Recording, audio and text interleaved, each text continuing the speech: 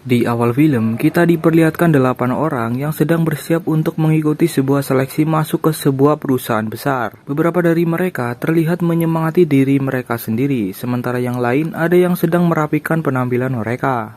Kemudian mereka masuk ke sebuah ruangan ujian, di mana lampu di ruangan itu tampak remang-remang dengan cahaya putih dan cat yang berwarna hitam. Setelah mereka semua duduk, seorang penjaga bersenjata memasuki ruangan. Hal itu membuat para peserta sedikit gugup. Penjaga itu masuk dan diikuti oleh seorang pria yang tak memberitahukan namanya. Dia hanya memperkenalkan dirinya sebagai pengawas. Dia kemudian meminta maaf kepada mereka atas semua kesulitan yang mereka hadapi untuk sampai ke ruangan ini. Dia juga mengungkapkan bahwa para kandidat telah melewati semua proses perekrutan sebelumnya dan merupakan para kandidat yang terpilih.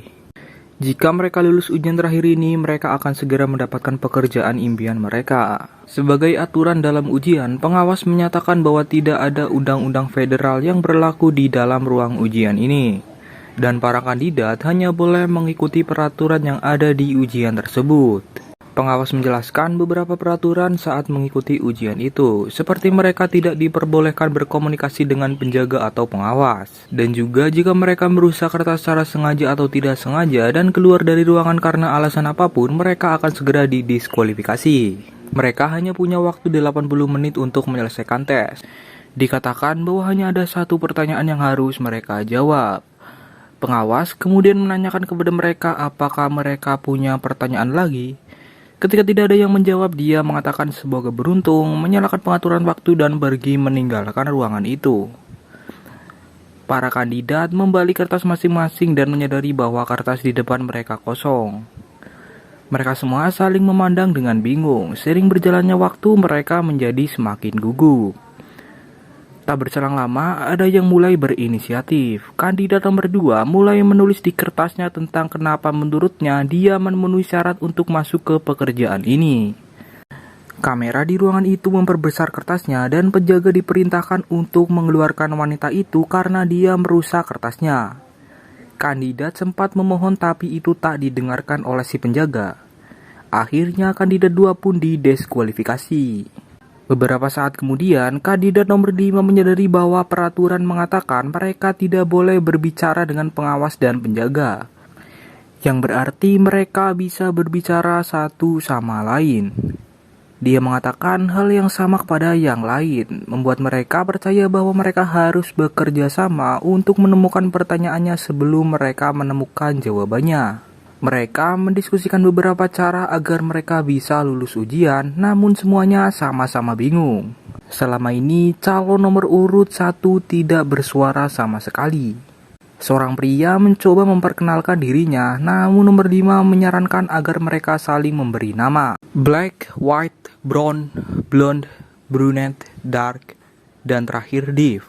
Setelah itu, White menyarankan mereka agar berdiri karena tidak ada aturan yang menyatakan mereka tidak boleh untuk berdiri. Dia mengambil resiko dan bangkit. Semua orang senang karena penjaganya tetap diam, artinya mereka bisa bergerak bebas. Dark percaya bahwa pertanyaan-pertanyaan tersebut ditulis di atas kertas dengan tinta atau tanda air yang tak terlihat. Mereka setuju dengan itu, tapi mereka tak tahu bagaimana cara membuktikannya. Dark lalu bangkit dan memakai lampu di ruangan itu untuk melihat apakah ada sesuatu yang tertulis di kertas itu. Namun tidak ada yang terlihat. Dia tetap mendesak setiap orang untuk memeriksa pertanyaannya sendiri karena pertanyaannya mungkin hanya ada pada salah satu kertas tersebut. Semua orang melakukan apa yang dia katakan kecuali Div yang tetap diam di kursinya. White mengambil kertasnya dan memeriksa di tempat terang. Ketika mereka tak mendapatkan hasil apapun, Black menyarankan bahwa tulisan tersebut mungkin terlihat dalam sinar UV atau sinar X. Kelompok tersebut kemudian mulai mencari saklar untuk melihat apakah ada pilihan untuk menyalakan lampu lain. Tapi mereka tak menemukannya. Ketika mereka tak menemukannya, mereka mulai mencari sendiri sumber cahaya itu. Div tidak membantu mereka sama sekali dan tetap gugup tetap duduk di kursinya. Si Blonde menemukan seberkas lampu darurat di balik tembok itu. Namun karena tidak ada saklar, mereka berpikir untuk membuat keadaan darurat dan mereka pikir jika ada keadaan darurat, maka lampu di balik tembok itu akan menyala. Brown mengatakan bahwa jika mereka tidak bisa mengambil resiko seperti itu, jadi mereka melakukan voting untuk menyelesaikan masalah tersebut dan pada akhirnya memutuskan untuk melanjutkan rencana tersebut. Mereka semua akhirnya merusak lampu yang menyala di ruangan itu. Dan ketika gelap dan setelah semua bola lampu di dalam ruangan telah rusak, tiba-tiba lampu ruangan menyala menjadi warna biru. Semua orang mulai mencari pertanyaan di dalam kertas, kecuali Div. Namun mereka kembali kecewa karena tidak bisa melihat pertanyaan tersebut. Brunette meminta semua orang untuk merusak lapisan pertama lampu strip karena tidak menyala. Hal ini mungkin bisa menimbulkan sinar UV yang bisa membantu mereka. Mereka menggunakan tumit sepatu wanita tersebut untuk mematahkan strip tersebut dan menyalakan lampu cahaya lain. Namun mereka kembali kecewa karena lampu tersebut juga tidak berfungsi. Sekarang mereka hanya punya waktu 60 menit lagi. White yang frustasi meminta semua orang untuk memikirkan alternatif lain. Saat mereka bertukar pikiran, White menyatakan bahwa mereka bisa melakukan apapun terhadap kertas nomor 2 karena dia sudah didiskualifikasi. Jadi, mereka berkumpul di sekitar mejanya dan mencoba menjiplak kertas tersebut dengan pensil. Tetap saja tidak ada pertanyaan yang muncul. White kemudian merobek kertasnya menjadi beberapa bagian sehingga mereka bisa memakainya untuk bereksperimen dengan metode yang berbeda. Selanjutnya, dia mengincingi salah satu kertas untuk melihat apakah kertas tersebut dibuat dengan cairan. Namun itu juga tak berhasil. White dan Black terlibat dalam perdebatan sengit saat mendiskusikan apa yang harus mereka lakukan selanjutnya. Namun mereka berhenti setelah mendengar tangisan dari Div. Dia terisak diam-diam di kursinya sementara yang lain melihatnya dengan aneh. Setelah itu, pria tersebut mulai mengoceh dalam bahasa Prancis. Dia bertanya pada mereka apakah mereka dapat melihat sesuatu di kertasnya dan mengeklaim bahwa kertas tersebut mencerminkan gambaran mereka. Mereka tidak memikirkan apa yang dikatakan Div dan kembali mendiskusikan ide. Semua orang terdiam ketika Brown berbicara. Menurutnya mereka tidak sedang mengikuti ujian, melainkan sedang mengikuti semacam acara pertaruhan. Para anggota Dewan Direksi perusahaan telah bertaruh siapa yang akan menyerah di bawah tekanan dan tujuan mereka berada di sana hanyalah untuk hiburan saja. Dark berpendapat bahwa para anggota dewan mungkin punya hal-hal yang lebih baik untuk dilakukan dengan waktu mereka. Namun menurut Brown, uang bukanlah hal yang menjadi perhatian mereka. Dengan banyaknya uang yang mereka miliki, para anggota dewan mungkin menanggung resikonya. Kini setiap orang mengemukakan idenya masing-masing.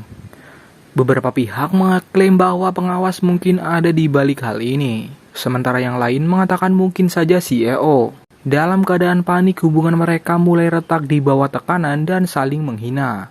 Brunette dengan yakin mengatakan bahwa tidak ada orang yang tahu dan bisa saja saat ini CEO-nya terlibat langsung dalam perusahaan. Dia punya semua hak dan kekuasaan perusahaan atas semua orang. Jelas bahwa dia mengetahui lebih banyak tentang perusahaan tersebut dibandingkan dengan yang lain. Brown bertanya padanya bagaimana dia tahu begitu banyak hal tentang CEO. Ternyata Brunette sudah bekerja di perusahaan tersebut di bidang HR, namun belum pernah melihat CEO-nya. Dia melamar pekerjaan yang lebih tinggi dan sekarang dia ada di sini. White kemudian mengungkapkan bahwa dia diburu dan ditawari pekerjaan tersebut.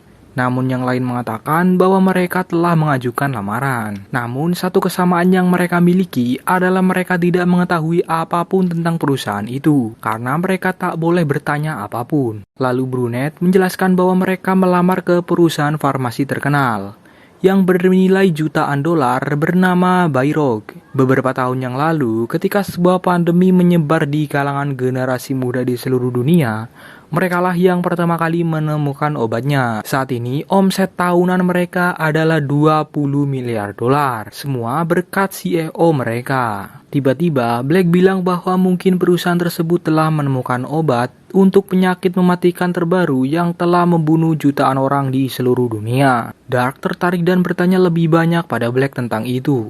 Hal ini membuat White curiga, jadi dia bertanya pada Dark apa dia juga tertular virus itu. Dark menjawab bahwa dia tidak tertular virus tersebut. Untuk mengalihkan perhatiannya, dia mendekati penjaga dan mengeluarkan korek api dari sakunya tanpa berbicara dengannya. Lalu dia melirik alarm kebakaran. Mereka berencana untuk menggunakan pematik api untuk menyalakan alat penyiram karena air berpotensi membuat tulisan di atas kertas muncul. Untuk melakukan hal ini, Dark naik ke atas kursi namun tidak mencapai alarm kebakaran. White membantunya dengan memberinya selembar kertas yang digulung dan dia menyalakan dan digunakan untuk memicu alarm.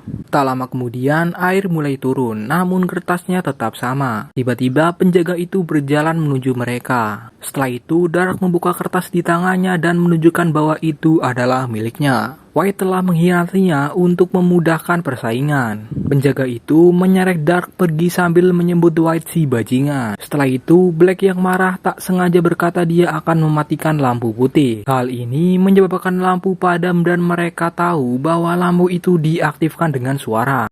Mereka meminta satu sama lain untuk berhati-hati dengan apa yang mereka katakan saat Div mulai menangis lagi.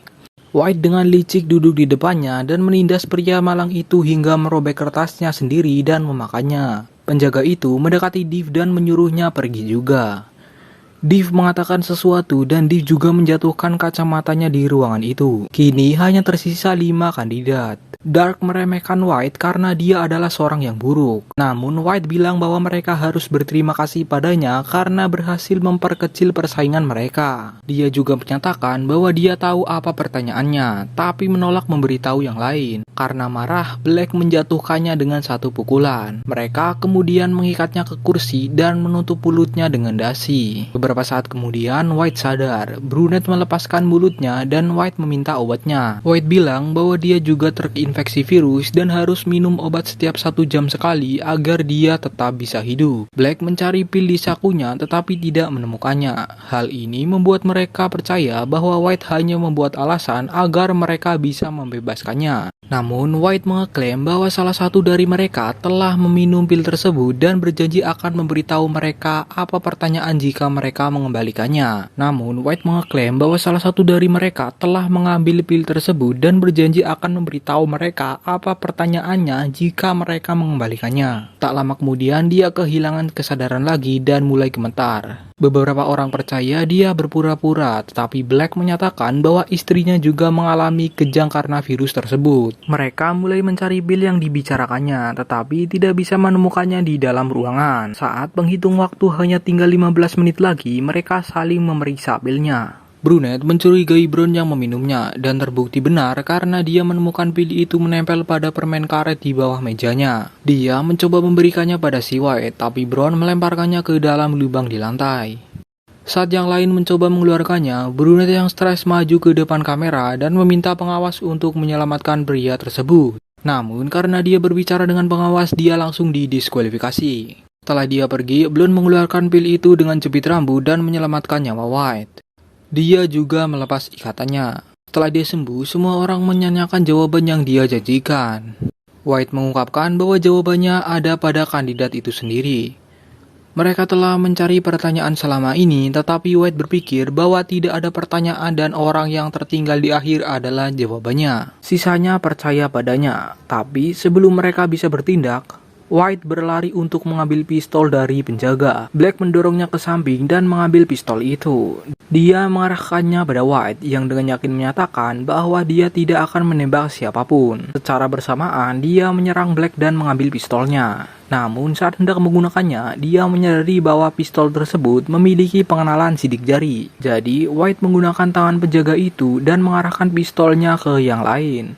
Dia mengancam semua orang untuk keluar dari ruangan itu sehingga dia bisa memenangkan posisi tersebut. Brown tidak membalas dengan rasa takut ditembak dan sengaja keluar. Blonde yang ketakutan perlahan-lahan berjalan keluar namun berteriak lampu padam di akhir. Ruangan menjadi gelap gulita membuat White menembak ke arah acak. Saat lampu menyala kembali, Black terjatuh lemas di lantai dengan lubang peluru di dadanya. Ternyata peluru itu mengenainya. White melihat sekeliling dan melihat si Blonde masih punya satu kaki di dalam ruangan. Si Blonde tidak benar-benar keluar.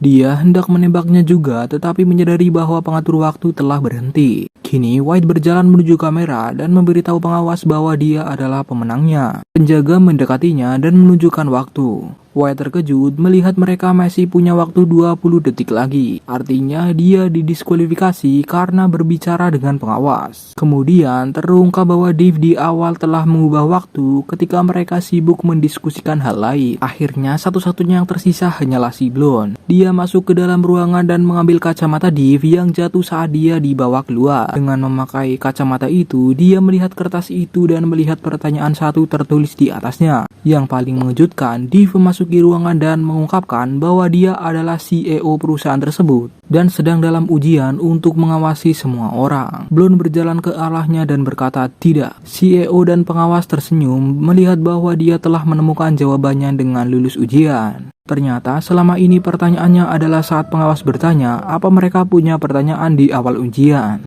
Itulah satu-satunya pertanyaan yang harus mereka jawab. Keseluruhan ujian ditetapkan untuk menguji kecerdasan dan perhatian para kandidat. Mereka memperkerjakan Blonde sebagai sekretaris CEO. Dia tidak menerima pekerjaan tersebut karena dia tidak ingin bekerja dengan perusahaan yang membunuh orang. Pengawas mengungkapkan bahwa Black belum benar-benar mati dan peluru yang ditembakkannya adalah kapsul yang menyembuhkan luka setelah menembus tubuh.